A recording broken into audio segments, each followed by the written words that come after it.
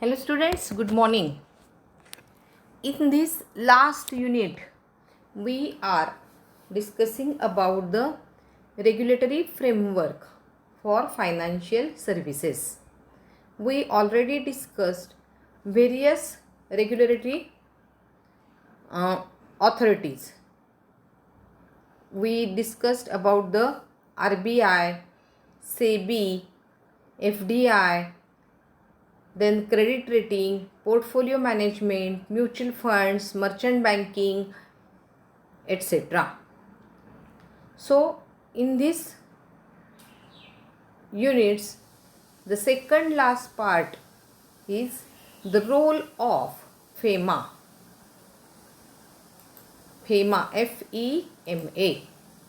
FEMA means Foreign Exchange Management Act. Before discussing FEMA, we must know about the FERA, F-E-R-A. FERA means the Foreign Exchange Regulation Act 1973. And now this FERA is amended by FEMA, that is Foreign Exchange Management Act. This act came into force from 1999. It is a statutory basis for exchange control in India. काय आहे? कशासाठी आहे हा FEMA? As the name indicate that it is the regulation for foreign exchange.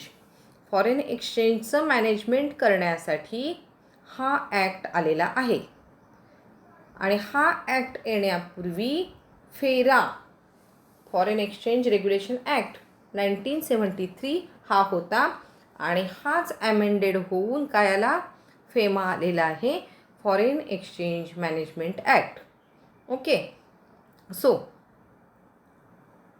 it has been introduced as replacement for FERA. FEMA came into force on the first day of June 2000. जरी तो 99ला introduce झाला असेल तरी सुद्धा तो जून 2000 पासून काय झाला? Came into force. So FEMA consolidated and amend the law relating to foreign exchange. Foreign एक्सचेंजच्या संबंधित जे काही लॉ आहेत, कायदे आहेत, त्या संदर्भातला सगळा हा FEMA आहे. It facilitated external trade and payments. External ट्रेडशी, ट्रेड म्हणजे पुन्हा त्याच्यामध्ये काय आलं? Buying and selling. आणि त्याचं जे काही पेमेंट आहे फॉरेन एक्सचेंजच्या बाबतीतलं, त्याच्याशी रिलेटेड हा FEMA आहे. It promoting the orderly development and maintenance of foreign exchange market in India. आणि हा सगळा ॲक्ट हा काय आहे की फॉरेन एक्सचेंज मार्केट कसं डेव्हलप होईल, कसं मेंटेन करता येईल, कसं प्रमोट करता येईल, या संबंधीच्या सगळ्या प्रोव्हिजन्स या ॲक्टमध्ये आहेत. This act include 49 sections. So we are discussing today all 49 sections in this lecture. कळलं की या ॲक्टमध्ये 49 सेक्शन्स आहेत. So what are the important terms? So first, authorised person. So authorised under the act to deal in foreign exchange. Foreign exchange deal करणारा जो काही person आहे, that is known as authorised person. Then capital account transactions, भांडवली खातं म्हणतात मराठीमध्ये त्याला. मग ह्याचा अर्थ काय आहे? Alters the assets or liability. ॲसेटचं लायबिलिटीत रूपांतर करणारे किंवा लायबिलिटीचं ॲसेटमध्ये रूपांतर करणारं जे काही अकाउंट आहे, that is known as capital account transactions. Then currency means काय आहे? तर currency notes, money order, cheque, drafts, all these are included in currency. Currency notes म्हणजे कॉइन्स अँड बँक नोट्स. बघा, फक्त करन्सी म्हटलं की त्याच्यामध्ये काय येतं? की करन्सी नोट्स येतात, मनी ऑर्डर येतात, ड्राफ्ट्स येतात, एटसेट्रा. बट करन्सी नोट्स म्हटलं की only coins and bank notes. Currency account transactions. आता करन्सी अकाउंट ट्रान्झॅक्शन्समध्ये काय काय येतील? Transactions other than capital account transactions. Capital account ट्रान्झॅक्शन्सच्या व्यतिरिक्त जे काही ट्रान्झॅक्शन्स असतील ती सगळी करन्सी अकाउंट ट्रान्झॅक्शनमध्ये येतात. आता कॅपिटल अकाउंटिंग ट्रान्झॅक्शन म्हणजे मी काय सांगितलं होतं तुम्हाला? Which are altering the assets or liabilities means capital account transactions आहेत. लक्षात ठेवायचं ह्या कायद्याशी रिलेटेड जे काही आहे ते. मग Indian currency means Indian rupees. Export means goods and services from India to outside. Foreign currency means other than Indian currency. Foreign exchange means foreign currency. Foreign security means security expressed in foreign currency. Import means goods and services from outside to India. भारतामध्ये येणारे, भारताबाहेरून. Security, हे सगळे words तुम्हाला माहिती आहेत पण हे कायद्याच्या दृष्टीने असल्यामुळे रिपीट करते फक्त. Security means shares, stock, bonds, debentures, etc. defined in the Public Debt Act of 1994. Then repatriated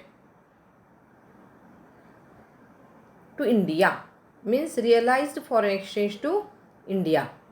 जे कन्व्हर्जन होतं फॉरेन एक्सचेंजचं म्हणजे डॉलरचं इंडियन रुपीमध्ये त्याला रिपॅरिटेट असं म्हणतात. Then service, banking, financing, insurance, ज्या काही सर्व्हिसेस आहेत त्या. देन ट्रान्सफरचं मिनिंग काय आहे? Sale, purchase, exchange. Non resident India हे झालेले तुमचे इन्कम टॅक्समध्ये. Citizen of India residing outside. Overseas corporate body OCB असं म्हणतात त्याला. मग आता हे OCB म्हणजे कोण आहे? A company, firm, etcetera but owned at least 60% by NRI. ज्या कंपनीचे 60%पेक्षा 60 म्हणजे मिनिमम ॲटलिस्ट म्हणणं मिनिमम 60% शेअर कॅपिटल हे NRIने घेतलेलं असेल त्याला काय म्हणायचं? OCB, overseas corporate body. Then PIO, person of Indian origin. Citizen of country other than Bangladesh and Pakistan. If any time held Indian passport or either of his parents or grandparents was citizen of India, the person is spouse of Indian citizen. हे सगळं income टॅक्सला तुमचं झालेलं repeat करत नाही. To whom act is applicable, हा FEMA जो आहे हा फेमा कोणासाठी ॲप्लिकेबल आहे? तर फर्स्ट आहे to the whole of India, पूर्ण भारतासाठी तो लागू होतो. Any branch, office and agency which is situated outside India but is owned or controlled by person resident in India. पूर्ण भारतासाठी तर तो ॲप्लिकेबल आहेच पण भारताबाहेरसुद्धा जर एखादी ब्रँच, एखादं ऑफिस, एखादी एजन्सी असेल आणि त्याची मालकी आणि त्याचं नियंत्रण जर भारतात राहणाऱ्या व्यक्तीकडे असेल तरीसुद्धा त्या कंपनीला, त्या ब्रँचला, त्या ऑफिसला, त्या एजन्सीला फेमा ॲप्लिकेबल होतो. Broadly speaking, FEMA covers 3 different types of categories and deals differently with them. 3 कॅटेगरीसाठी तो ॲप्लिकेबल आहे. कोणत्या आहेत त्या 3 category? Person, second person resident in India and third person resident outside India. बरोबर, या सगळ्यांसाठी काय आहे? तो ॲप्लिकेबल आहे. आता पर्सन मीन्स कोण? सगळ्या इन्कम टॅक्सच्या ज्या आपल्या डेफिनेशन्स आहेत या सगळ्या डेफिनेशन्स इथे ॲप्लिकेबल होतात. सांगण्याची गरज आहे का? पर्सन मीन्स कोण? And individual, HUF, company, firm, AOP, BOI, every artificial judicial person not falling within any of the preceding subclause, any agency, office, branch owned or controlled by such person. पाठ झालेले तुमचे TYला पण income tax होता, त्याला पण ही पर्सनची definition होती. Then person resident in India ही पण आहे तुम्हाला 180 डेजची. Then person resident outside India ती पण होती की a person resident outside India means a person who is not resident in India. Repeat त्यात वेळ घालवत नाही. Then provisions in section 3. आता सेक्शन 3च्या प्रोव्हिजन्स काय आहेत, तर हे सगळं इम्पॉर्टंट आहे सगळ्यात. बाकीचं आधीच तुम्ही शिकलेला आहात. So it deals with prohibits dealing in foreign exchange except though and authorised person. Authorised पर्सनशिवाय फॉरेन एक्सचेंजचं डीलिंग कोणीही करू शकत नाही. Make any payment to or for the credit of any person resident outside India in any manner. फॉरेनला देणार फॉरेनच्या व्यक्ती outside इंडियाच्यासाठी जी काही व्यक्ती असतील त्यांना देण्याचं जे पेमेंट आहे, देणार आहोत जे पेमेंट, त्याच्याशी रिलेटेड आहे हे section. Receive otherwise through an authorised person any payment by order or on behalf of any person resident outside India in any manner. Then enter into any financial transaction in India for acquisition or creation or transfer of a right to acquire any asset outside India by any person. कुठल्याही प्रकारच्या financial व्यवहारामध्ये जर एखादी asset मिळवायची आहे, तयार करायची आहे किंवा ट्रान्सफर करायची आहे किंवा तिचे हक्क मिळवायचे आहेत, तर त्यासाठी द्यावं लागणारे सगळे आर्थिक व्यवहार हे सगळे काय येतात, फेमाच्या अंडर येतात. Then section 4 restrains any person resident in India from acquiring, holding, owning, possessing or transferring any foreign exchange, foreign security or any immovable property situated outside India except as specifically provided in the act. Section 4 कशाशी related आहे, तर एखादी भारतात राहणारी म्हणजे भारताची resident असणारी व्यक्तीला जर काही एखादी ॲसेट भारताबाहेरची घ्यायची असेल किंवा फॉरेन एक्सचेंज घ्यायचं असेल किंवा फॉरेन सिक्युरिटी म्हणजे आता मी तुम्हाला सांगितलं काय, शेअर्स, बॉन्ड्स, डिबेंचर्स, बरोबर, किंवा एखादी इममुवेबल प्रॉपर्टी म्हणजेच लँड परदेशातली जर घ्यायची असेल तर त्या संबंधीच्या सगळ्या प्रोव्हिजन्स ह्या सेक्शन 4मध्ये आहेत. Then section 5 deals with current account transactions. काय आहे current account transactions? Any person may sell or draw foreign exchange to or from an authorized person if such sale or draw is a current account transaction. म्हणजेच जर एखादी व्यक्तीला foreign exchange, त्याच्याकडे foreign exchange आहे आणि ते sale करायचं आहे ऑथराइज पर्सनकडून किंवा ऑथराइज पर्सनला, तर त्याबाबतच्या ट्रान्झॅक्शनला काय म्हटलं जातं, करंट अकाउंट ट्रान्झॅक्शन. मग याच्यासाठी गव्हर्नमेंटनी जरा कायदे केलेले की 40% आणि 60%. आता याच्यामध्ये मी दिलेलं नाही तुम्हाला, हे थोडंसं एक्स्ट्रा सांगते की रूल आहे असा की जर तुमच्याकडे काही फॉरेन एक्सचेंज आहे, समजा तुमच्याकडे, माझ्याकडे म्हणते, तुमच्याकडे म्हणण्यापेक्षा माझ्याकडे म्हणते की माझ्याकडे समजा $1,00,000 आहेत, नाही आहेत पण एक्झाम्पल दिले, $1,00,000 असते तर मी तुम्हाला असं शिकवत बसले नसते. माझ्याकडे $1,00,000 आहेत आणि मला ते सेल करायचे आहेत, तर रूल काय आहे मला, तर 40% हे मला काय करावं लागणार आहे की गव्हर्नमेंटला गव्हर्नमेंटच्या रेटप्रमाणे सेल करावे लागणार. म्हणजे गव्हर्नमेंटचा रेट मिळणार मला 40% डॉलरला आणि 60% म्हणजे 60,000 मी काय करणार, ओपन मार्केटमध्ये ओपनच्या रेटनी काय करणार, सेल करणार. हा रूल आहे.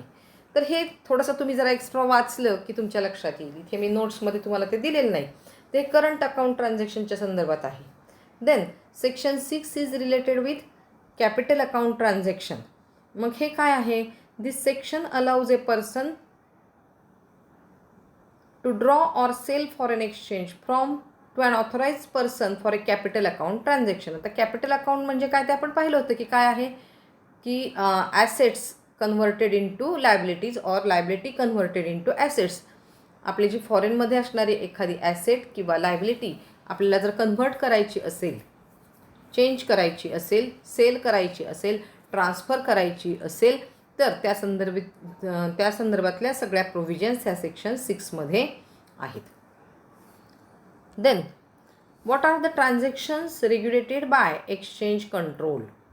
कोणकोणत्या प्रकारचे ट्रान्झॅक्शन्स एक्सचेंज कंट्रोल करतो. Transactions having international financial implication matters are regulated by exchange control.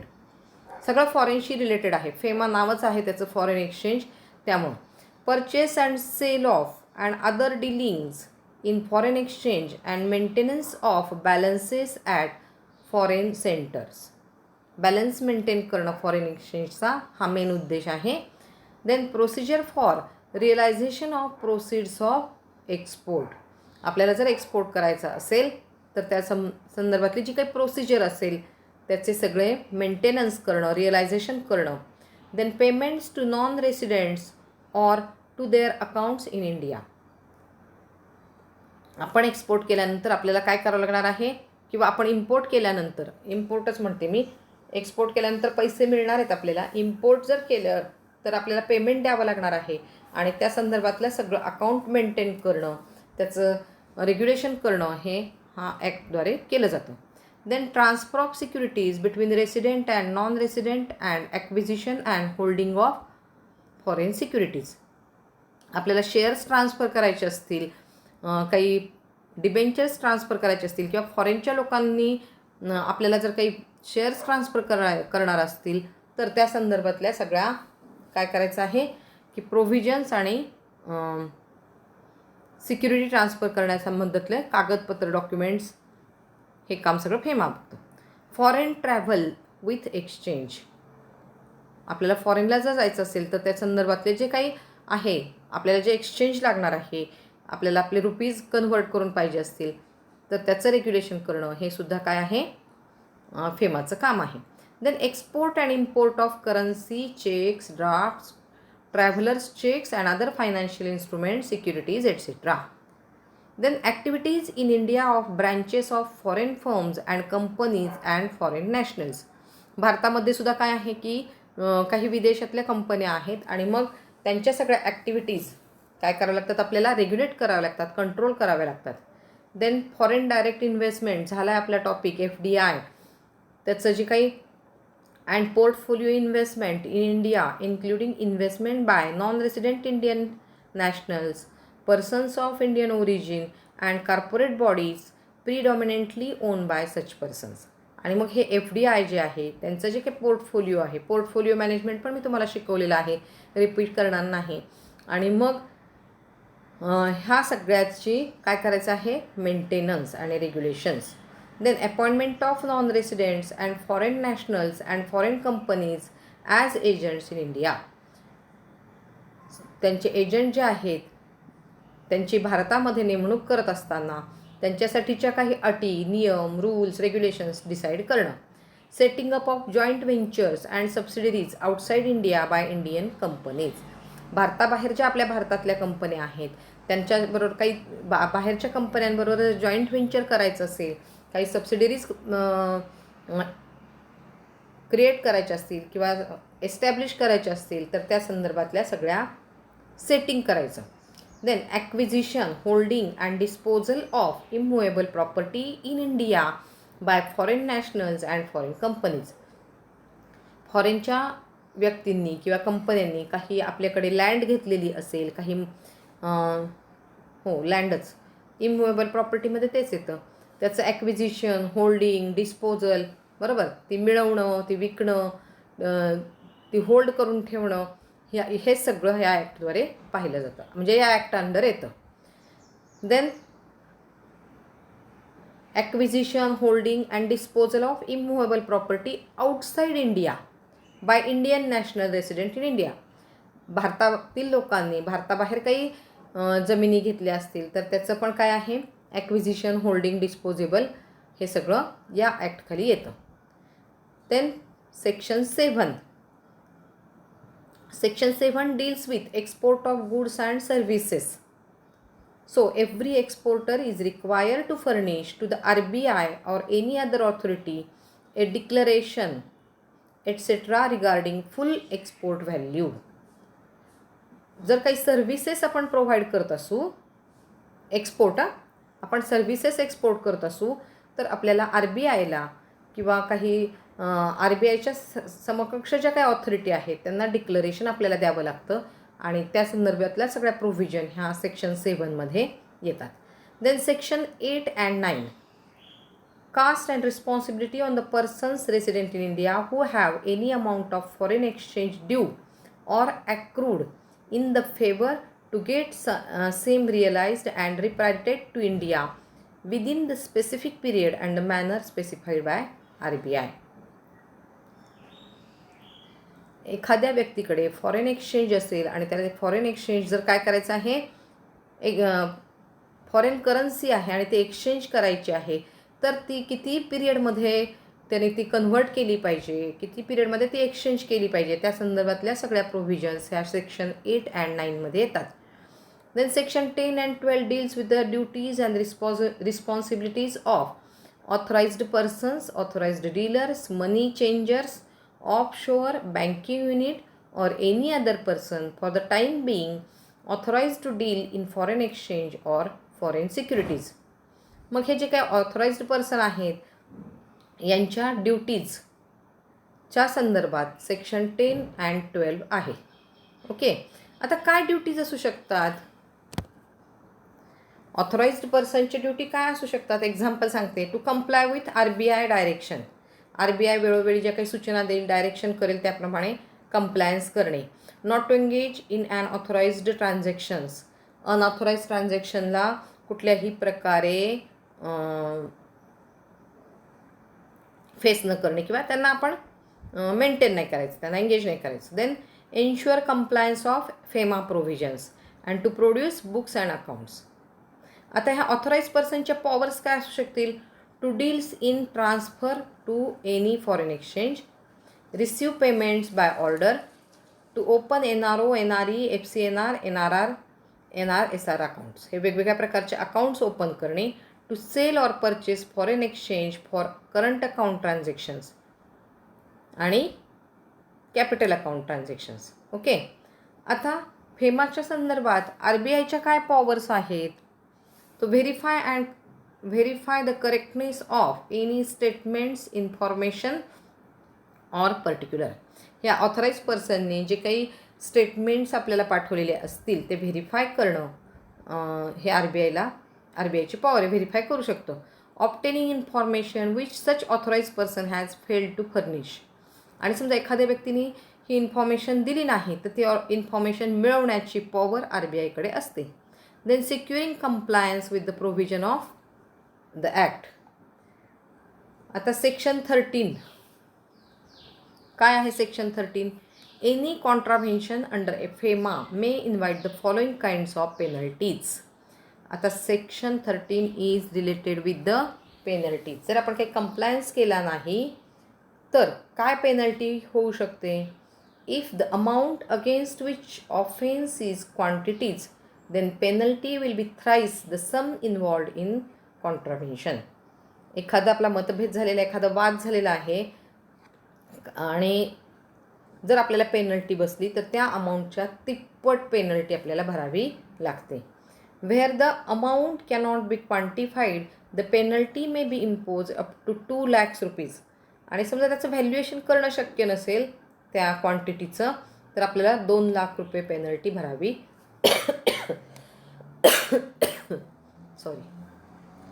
Then if the contravention is continuing every day then ₹5,000 for every day after the first day during which the contravention continues. आपलं contravention चालू आहे आणि अशा वेळी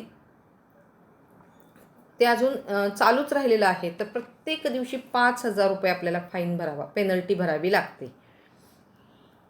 further in addition to the penalty any currency, security or other money or property involved in the contravention may also be confiscated. Then section 14, If the person fails to make full payment of penalty imposed within a period of 90 days, he shall be liable to civil imprisonment. 90 दिवस जर तो ही penalty भरू शकला नाही तर त्याला तुरुंगवास भोगावा लागतो किंवा त्याला ती शिक्षा मिळू शकते. Section 15 empower the directorate of enforcement and officers of RBI may also authorized by the central government in this behalf to compound the offense. Section 15 मध्ये ही सगळी पॉवर RBIला दिलेली आहे. Section 16 empowers the central government to appoint as may be adjudicating authorities that may think fit for holding inquiries.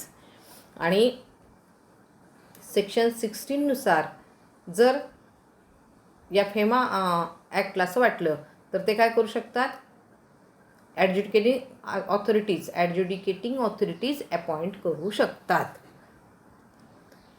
Then section 17 may appoint one or more special directors to hear the appeals. Then section 18 establish appellate tribunal. Section 19 make provisions as regard appeals to appellate tribunal. म्हणजे हे सगळे याच्याशीच related आहेत. Section 20 composition of appellate tribunal. किती लोकांचं बनवायचं, किती लोकांची समिती असू शकते, काय असू शकते.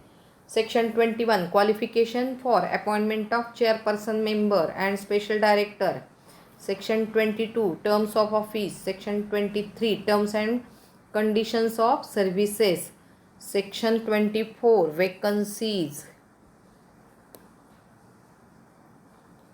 Section 25 registration and removal. Section 26 member of act as chairperson in certain circumstances. Section 27 staff appellate tribunal. Section 28 power of appellate tribunal. Section 29 distribution of business. Section 30 power of chairperson to transfer cases. Section 31 decision to be by majority.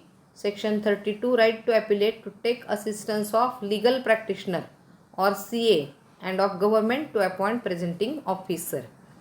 Section 33 members to public servants. 34 civil court not to have jurisdiction. And section 35 appeal to high court. High कोर्टला appeal करायचं असेल तर त्या संदर्भातल्या provisions ह्या section 35 मध्ये आहेत. Then section 36 to 38 कशाशी रिलेटेड आहे, enforcement of the provision of FEMA, prevent leakage of foreign exchange, remittance of Indian abroad otherwise than through normal banking channels, that is through compensatory payments. Remittance म्हणजे काय आहे, Saint. रेमिटन्सचा अर्थ काय घ्यायचा इथं, Saint. इंडियनमधून काय करायचं आहे, फॉरेन एक्सचेंज सेंट करायचं, त्याच्या बाबतीत फॉरेन करन्सी सेंट करायची, त्याच्या संदर्भातला हा सेक्शन 36 to 38 आहे. Acquisition of foreign currency illegally by person in India.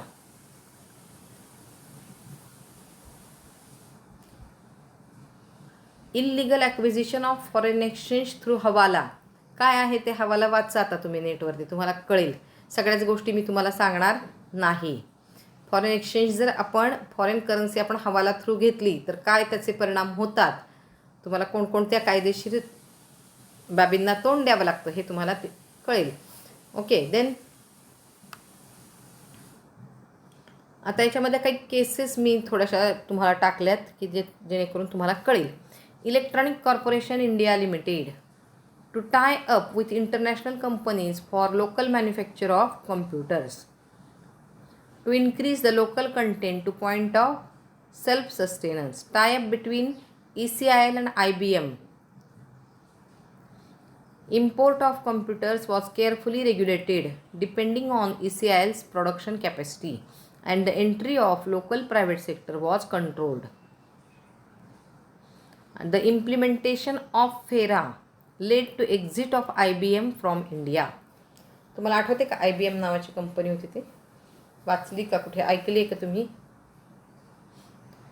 तर हिला काय करावं लागलेलं आहे की ह्या फेरामुळं एक्झिट घ्यावी लागली. IBM कंपनी गेली भारतातून बिकॉज फेरा restrict any foreign company from holding 40% share but IBM had 70%. फेराने काय रिस्ट्रिक्शन टाकलं होतं की आपल्याला आपण वरती पण पाहिले की 40% शेअर्स काय असले पाहिजे, भारतातले असले पाहिजे, 60% बाहेरचे. पण IBMनी काय केलं, 70% भारतातले होते, 30% बाहेरचे होते आणि म्हणून तिला काय करावं लागलं आपल्याला, आउट. तर अशा पद्धतीने हा आपण, बापरे खूप मोठा व्हिडिओ झाला. फेमा म्हणजे काय आहे, फॉरेन एक्सचेंज मॅनेजमेंट ॲक्ट.